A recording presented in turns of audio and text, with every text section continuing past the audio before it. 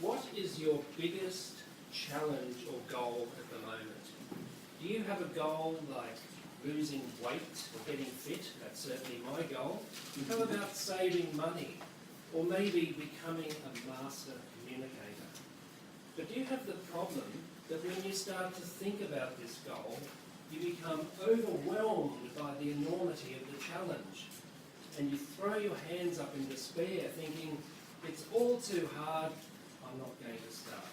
I think we've all had goals like that, where we just get overwhelmed by the enormity of the challenge, and it freezes us up. We cannot think or even take action.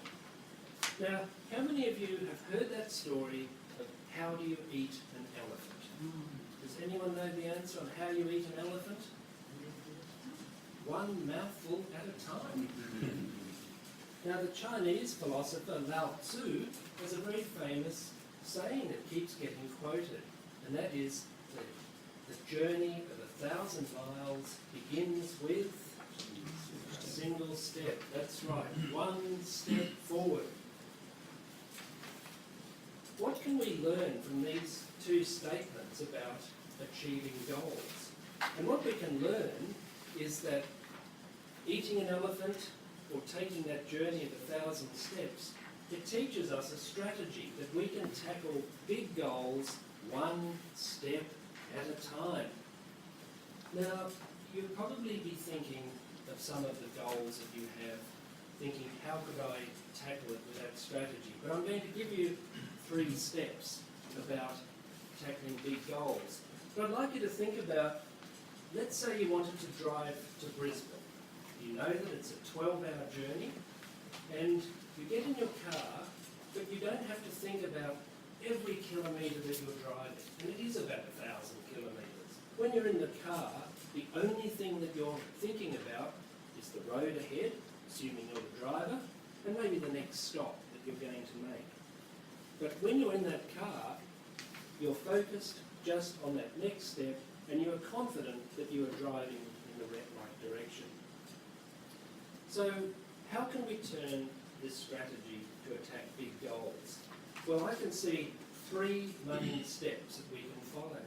The first one is to visualise what it would be like to actually have finished that goal.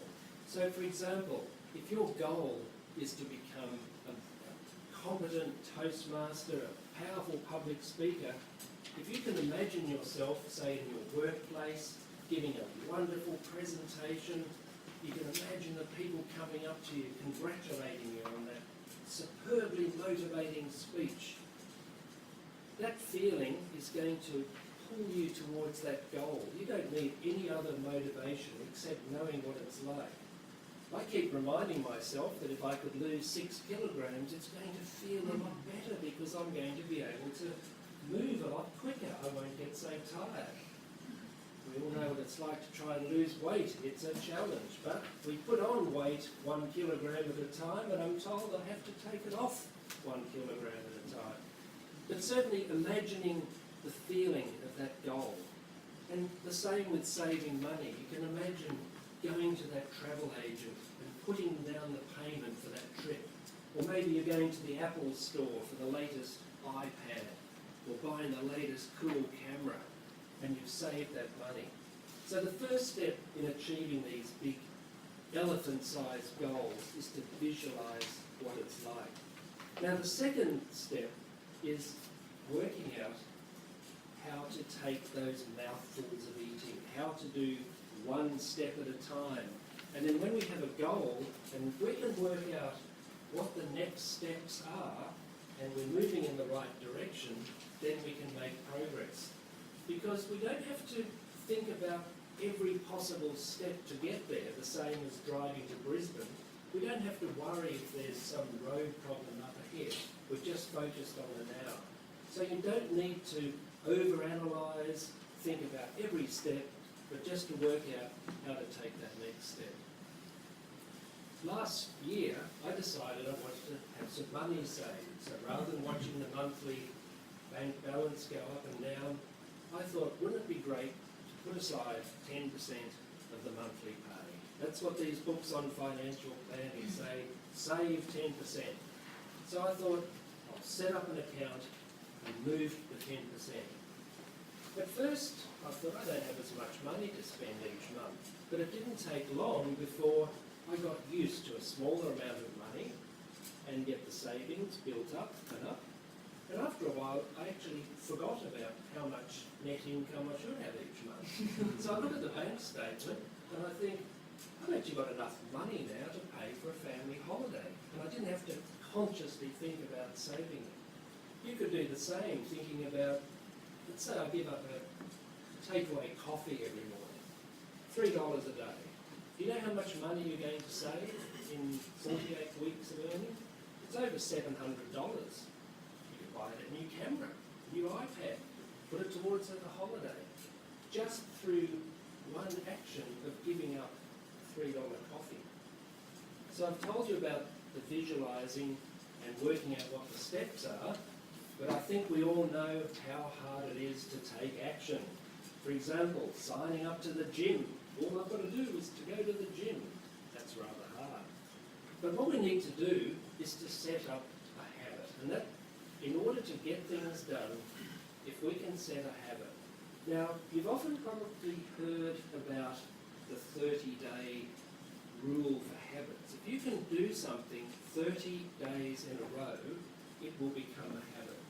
So you need to set up some sort of reminder to do something on that daily basis. Of course, some things may be a weekly goal, like going to the gym. If you were doing maybe not a weekly goal for that one. Bad example. Some things you may be doing weekly, others daily. But once you've set that habit and you set up reminders to do that, it doesn't take long before that becomes part of your very being. And then you've got that habit established. It's the same as that with the monthly pay. So now that you've visualised that goal, you've worked out some steps to make, and you get that habit established, it is possible to reach those huge goals, getting there one step at a time, making that regular commitment to achieving that goal. So I'd like to challenge you all tonight to think about what is your biggest goal, what is the biggest elephant in your life, some sort of goal you want to achieve. Visualise what it would be like for you to actually have achieved that goal, whether it's fluent speaking, financial independence, health, career change. Think about what it is, what that would be like, and then think about the next steps that you can take, and then get started with actually taking those steps, because actually getting started gives you that momentum to keep going. So I challenge you to eat your elephant and then to celebrate once you've finished.